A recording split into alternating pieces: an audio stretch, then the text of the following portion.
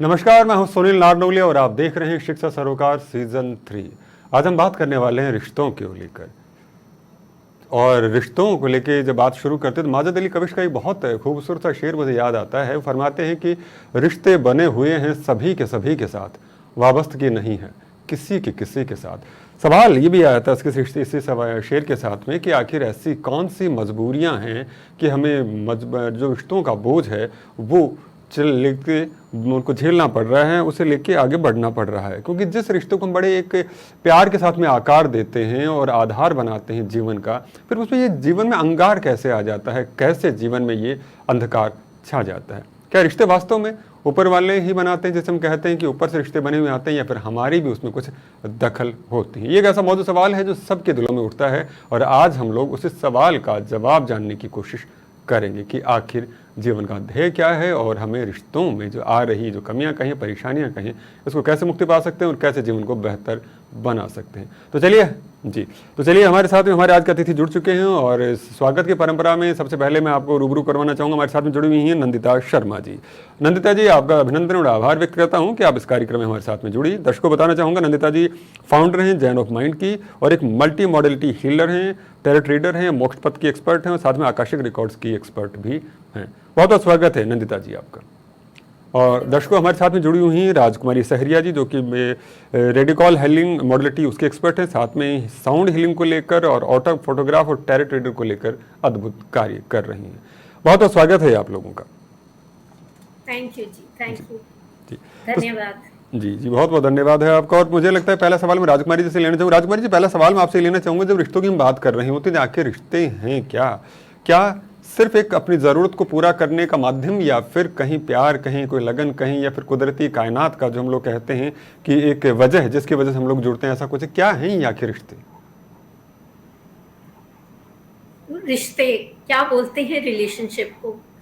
Relationship सिर्फ इंसानों के बीच में नहीं होता है। हमारा रिलेशनशिप इस कायनात से है, धरती से, आकाश से, जानवरों से। एक पौधा भी रिलेशनशिप बनाता है सूर्य से, जल से, धरती से, तब जाकर वो उगता है।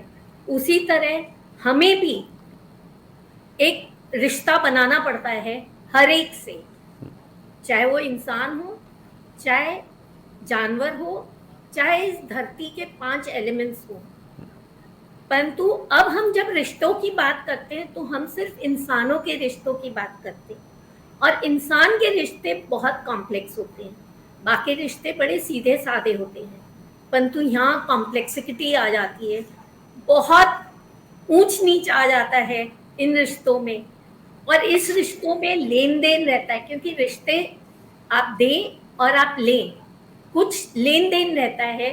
और यहाँ इंसानों में बहुत कुछ होता है, जो कोई को सिर्फ लेना है, कोई को सिर्फ कुछ देना है, कोई को कुछ नहीं करना है। रिश्ते हर तरह के होते हैं।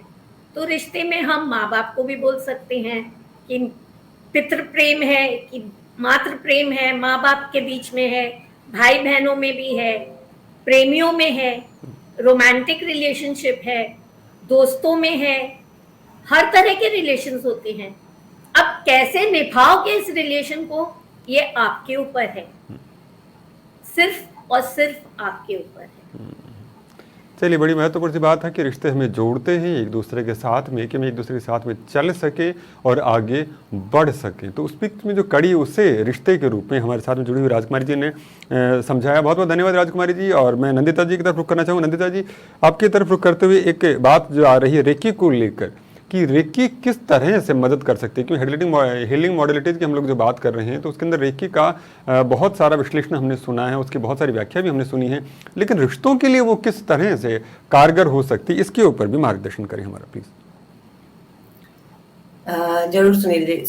रेकी और बाकी हीलिंग मोडालिटीज या जो भी हम काम करते हैं ऊर्जा को लेकर, वो सारी हमारी ऊर्जा को ही बदलने की कोशिश करती है। ऑल एनर्जी वर्क हमारे एनर्जी से रिलेशन में आती है। जब हम एनर्जी के बारे में बात करते हैं, जैसे हमने सीखा था अपने स्कूल में, एनर्जी ना ही हम बना सकते हैं ना ही नष्ट कर सकते हैं, सिर्फ एक फॉर्म से दूसरे फॉर्म में उसको बदल सकते हैं। ये आइंस्टाइन जी ने कहा था और आज तक चल रहा है। सो रेकी और हीलिंग से हम अपनी नकारात्मक ऊर्जा को सकारात्मक ऊर्जा में बदलते हैं, नेगेटिव टू पॉजिटिव।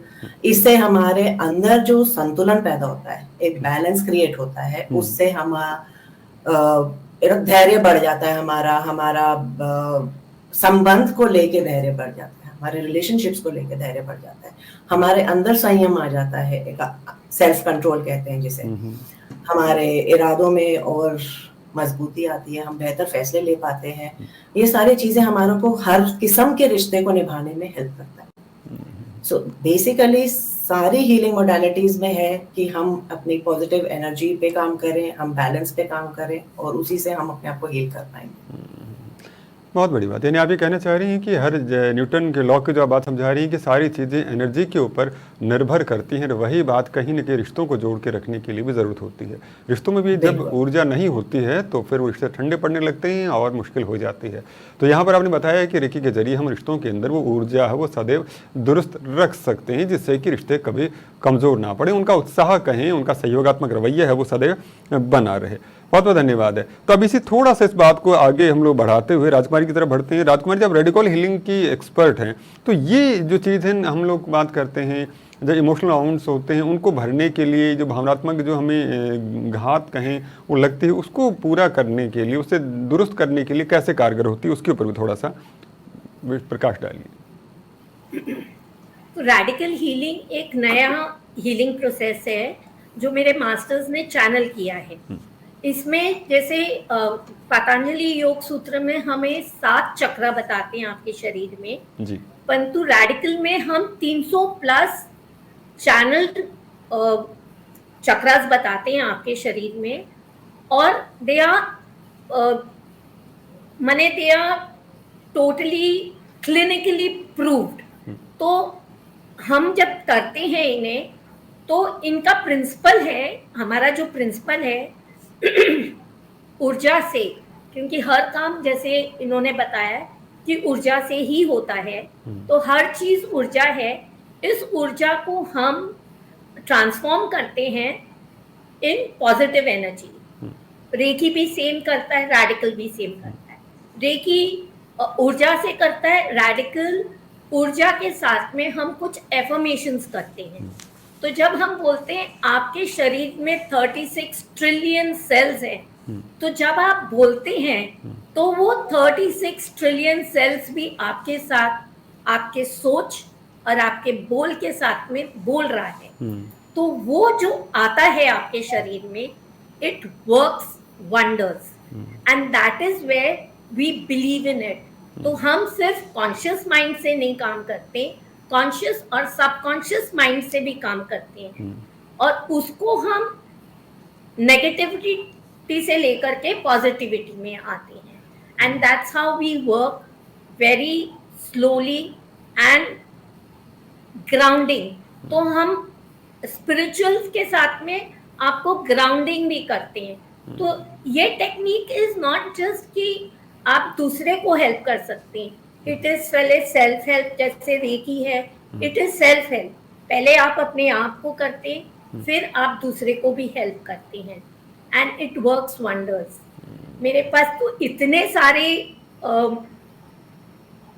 लोगों का आता है, आपके पास में जो लोग आए होंगे उनके अनुभव होंगे जिनके आधार पे आप बता सकते हैं कि किस तरह से उसको रेडिकल हीलिंग की हम जो बात कर रहे हैं उसके जरिए मदद मिलती है।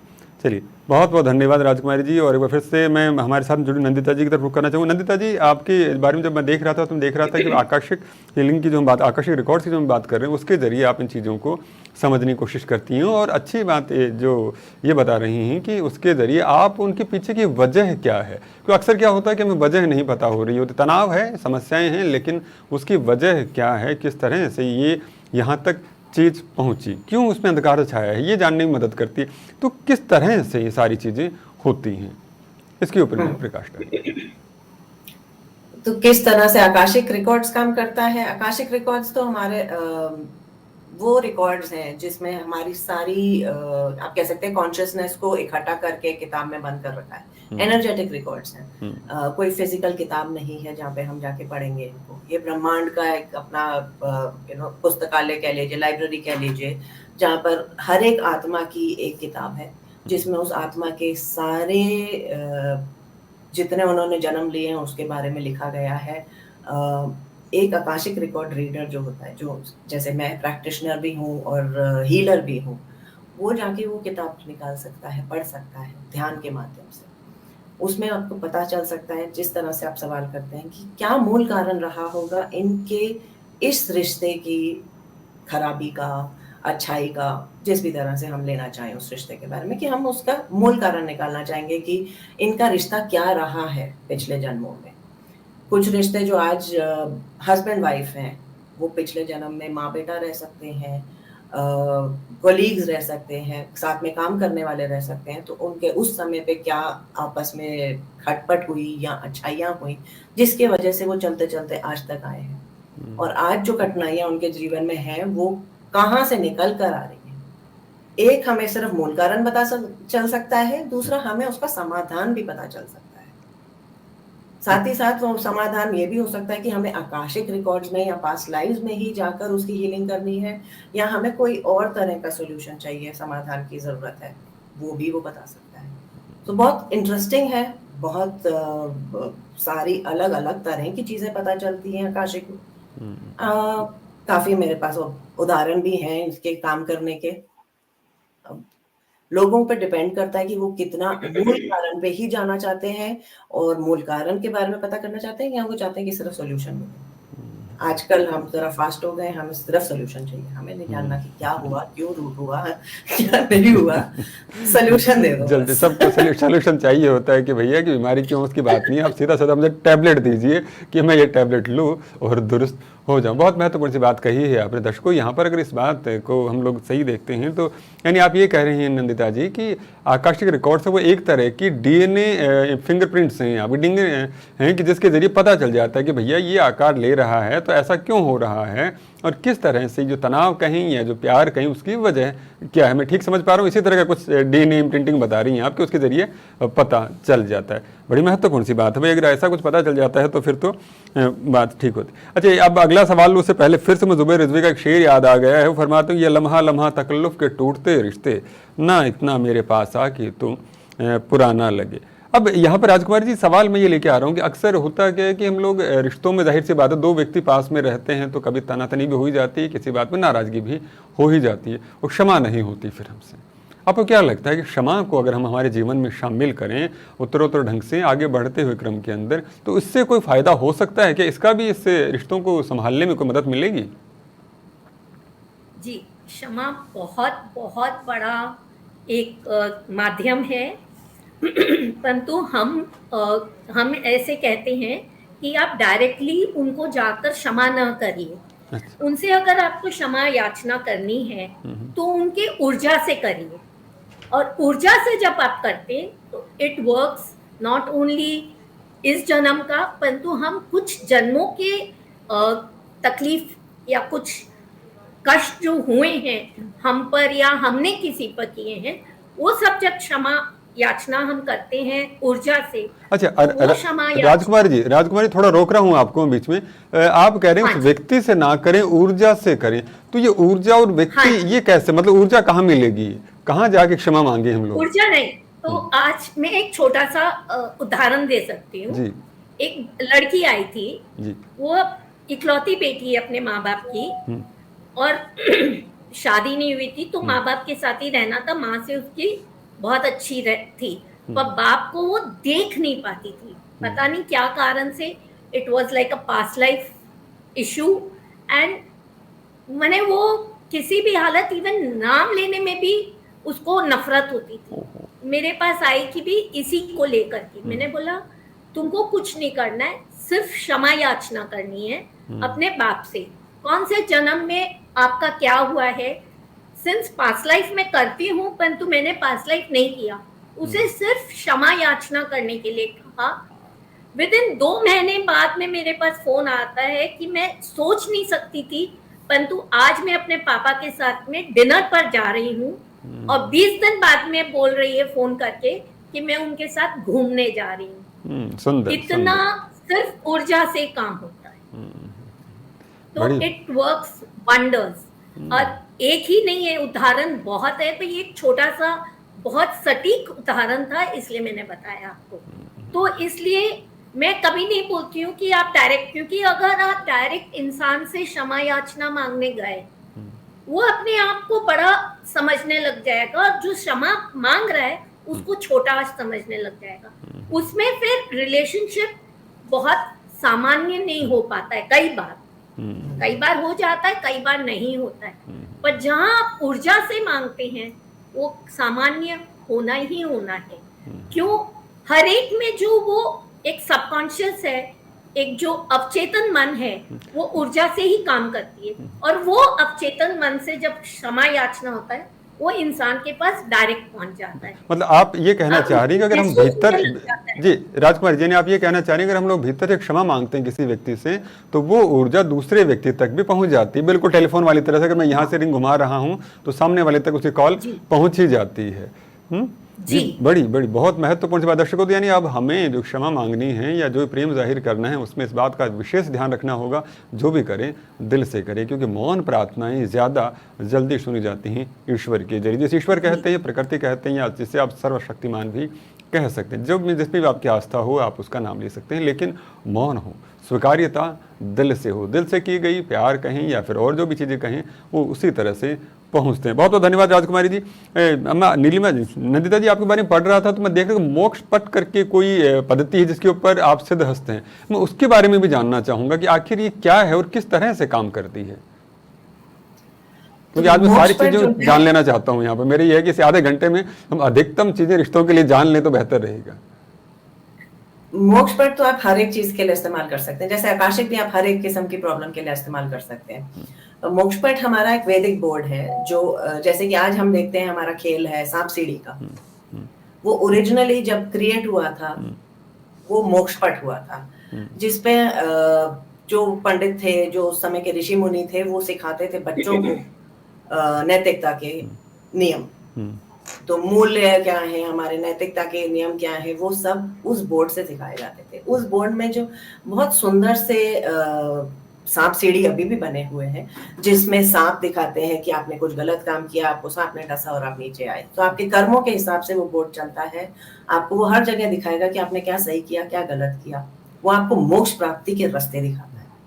इसको हम इसीलिए ज्यादा अहमियत देते हैं क्योंकि इसमें हम कहते हैं कि आपके कर्म के हिसाब से आप कैसे अपनी जिंदगी जी सकते हैं सही तरह से, सही फैसले लेके, जिससे कि आप मोक्ष प्राप्ति कर सकें। तो कई लोगों को लगता है मेरा ये रिश्ता खराब है, क्यों खराब है, क्या खराब है, इसको मैं ठीक करने के लिए क्या करूं। वो रिश्ता शायद आपको कुछ सिखाने के लिए खराब है, आपने उसको अपने जीवन में इसीलिए रखा है क्योंकि आपको मोक्ष प्राप्ति के लिए वो कठिनाइयां झेलनी जरूरी है।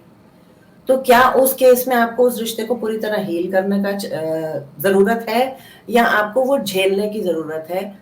मोक्ष पट हमें उस तरह की चीजें भी बता सकता है कि मोक्ष प्राप्ति के लिए आपकी आत्मा के लिए कौन सा रास्ता सबसे सही होगा। क्या आपको अभी कष्ट झेलने चाहिए हैं ताकि आगे जाके आपके जीवन में और आपकी आत्मा के रास्ते में आपको वो कष्ट ना आए, या आपको कोई और कष्ट ना आए। आज आप थोड़े से कष्ट झेलेंगे तो बाद में आपकी जिंदगी ज्यादा बेहतर रहेगी। तो मोक्ष पट हमें वो सारे तरह के ज्ञान देता है कि कहाँ पर आप सीढ़ी चढ़ेंगे, कहाँ पर आप सांप से डसे जाएंगे, आपने कहाँ सही कार्य करे, कहाँ पे गलत कार्य करे। बहुत सुंदर मोडालिटी है, बहुत मैं सिखाती भी हूँ, तो मेरे जो स्टूडेंट्स भी हैं वो भी मतलब बाग हो जाते हैं इसको सीख कर। जो मोक्ष पट एक्सपीरियंस करते हैं, जो जिसकी जिंदगी में इससे हम सॉल्यूशंस देते हैं कि हम कहते हैं कि अभी आपके रिश्ते में ये प्रॉब्लम है, इतना टाइम तक रहेगी, झेलना है तो झेल लो, नहीं तो ये उपाय करना है तो कर लो। अगर उपाय करते हैं तो ऑफकोर्स वो प्रॉब्लम्स चली जाती हैं, नहीं करते हैं, कहते हैं कि नहीं हम झेलेंगे ताकि हम आगे मोक्ष तक पहुंच सके, वो भी आपकी चॉइस है। अगेन आपका आत्मा चूज करता है कि उसको क्या करना चाहिए। क्या वो मोक्ष की तरफ ही बढ़ना चाह रहा है या क्या वो कह रहे बस सब सॉल्यूशंस दो, खत्म करें, यही जीवन देखना है, अगले का जीवन का हमें प्रॉब्लम अभी नहीं है। मतलब आप ये कहना चाह रहे हैं हम लोग अपनी डेस्टिनी की जैसे एंटीबॉडी समझ सकते हैं, अगर उनके जरिए उन चीज़ों को ठीक करेंगे तब तो हम लोग मुक्ति का मार्ग जिसे कहते हैं उसकी तरफ बढ़ जाएंगे। और अगर हम लोग बाकी जो चीज़ें आप बता रही को मॉडलिटी के सहारा लेकर और चीज़ें करके उसको दुरुस्त करने की कोशिश करते हैं तो कहीं ना कहीं उस रास्ते में भटक जाते हैं या रुक जाते हैं या ठहर जाते हैं कुछ समय के लिए और क्योंकि कर्म जिसे कहते हैं, कर्मा जो कहते हैं, उसका तो कहीं फल सबको भोगना ही है। बिल्कुल, अगर आपने विष लिया या अमृत लिया है तो उसका फल तो आपको मिलकर रहेगा। अब हो सकता है कि आपने कुछ देर के लिए कुछ औषधि ले ली हो तो उसका प्रभाव कम या ज़्यादा हो सकता है, लेकिन उसका असर तो आपको भोगना ही है। बहुत बहुत धन्यवाद है। और राजकुमारी जी, एक सवाल और यहाँ पर मैं लेना चाहूँगा कि जीवन में पास्ट ट्रॉमास का बड़ा रोल होता है। हम लोग हर चीज़ को याद करके चलते हैं कि ऐसा हुआ था, ऐसा हो गया था। अक्सर लोग ये मानते हैं मोहब्बत में याद रखना ही सब कुछ हुआ करता है, लेकिन मुझे लगता है कि याद रखना ही नहीं ज़रूरी, मोहब्बत में सब कुछ भूल जाना भी बड़ी बात हुआ करती है। तो लेकिन भूलना होता नहीं है, ये चीज़ें एक बार घट जाती हैं तो जीवन भर साथ रहती हैं, जीवन से निकलती नहीं हैं। कौन से ऐसी चीज़ें हैं, कौन सी ऐसी मॉडलिटीज़ की हम बात करें, ऐसा कौन सा प्रोसेस हो जिसके ज़रिए हम उस पास्ट ट्रॉमास को भूल सकें और अपने जीवन को, अपने रिश्तों को आगे के लिए बेहतर बना सकें? अब जो हो गया सो तो हो गया, उससे तो नहीं बदला जा सकता, लेकिन आगे का भविष्य तो बदलें कम से कम। तो क्या होता है कि इस बोलते हैं कि लेट गो इज बहुत टफ है, बहुत डिफिकल्ट है, लोगों को लगता है और हर एक को लगता है, आपको, मेरे को, हर एक को लगता है जी जी। कि let go is very difficult. हम भूल नहीं सकते हैं। हम जो हुआ है वो हम कैसे भूलेंगे? ठीक है, आप नहीं भूलिए, परंतु उसका दर्द तो भूलिए। उसके साथ में जो इमोशंस आपका साथ में जा रहा है, उसकी जो आपके साथ में भावनात्मक जोड़ है, वो आपको भूलना है। वो वही आपका सबसे जरूरी इशू है। फिर मैं हर एक चीज को एक छोटे से तरीके से समझाती हूँ। मैं बताती हूँ कि आपका हाथ टूटा था, 6 साल पहले आपका हाथ टूटा जी। बहुत दर्द हुआ, आपको कम से कम 3 महीने लगे उस हाथ को ठीक करने में। ठीक है, दर्द के साथ में डॉक्टर को दिखाते हुए ऑपरेशन भी हुआ होगा, सब कुछ ठीक है। 6 साल बाद आपको ये तो याद है कि आपका हाथ टूटा था, तो आपको दर्द याद नहीं है। अगर आपको दर्द याद करना है तो उसको आपको खुरेचना होगा, तो वो घाव नासूर बन जाएगा। हम इसी तरह अपने जोड़ को याद करते हैं, अपने ट्रॉमास को याद करते हैं और उन ट्रॉमास को याद कर करके उन्हें नासूर बना देते हैं। उनके साथ में जो भावना जुड़ी हुई रहती है उसको हम याद करते हैं और उस ट्रॉमा को कंटिन्यूसली रिपीट करते हैं अपने लाइफ में। तो हम जब रेडिकल हीलिंग में या ऑरा फोटोग्राफी या साउंड हीलिंग में जब करते हैं तो उन्हें हेल्प करते हैं टू रिलीज इट।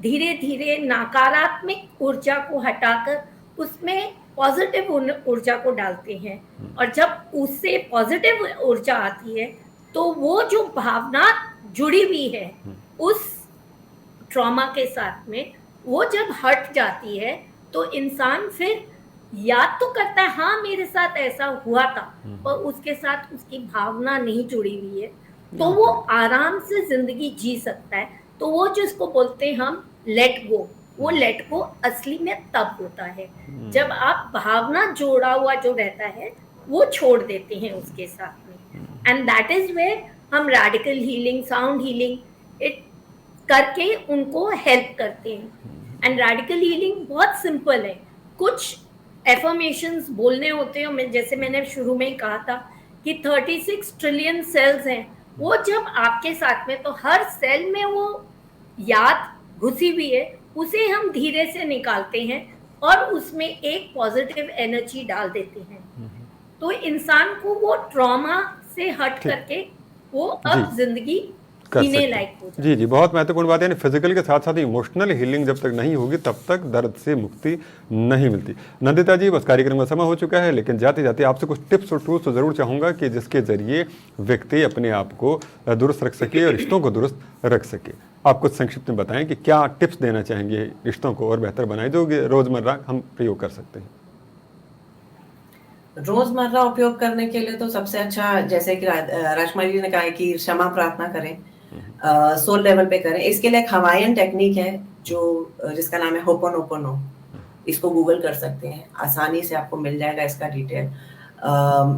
4 सेंटेंसेस हैं जो आपने रिपीट करने हैं, लगातार रिपीट करने, एफर्मेशंस की तरह बोल सकते हैं, लेकिन बहुत अच्छी तरह काम करता है ये आपके अंदर से सारी नकारात्मक ऊर्जा को निकालने के लिए, आपकी भावनाओं को वो ठीक करने के लिए दूसरों के प्रति। सो जिससे भी आपको वो क्षमा प्रार्थना करनी है, आपके रिश्ते बहुत जल्दी उससे सुधर सकते हैं।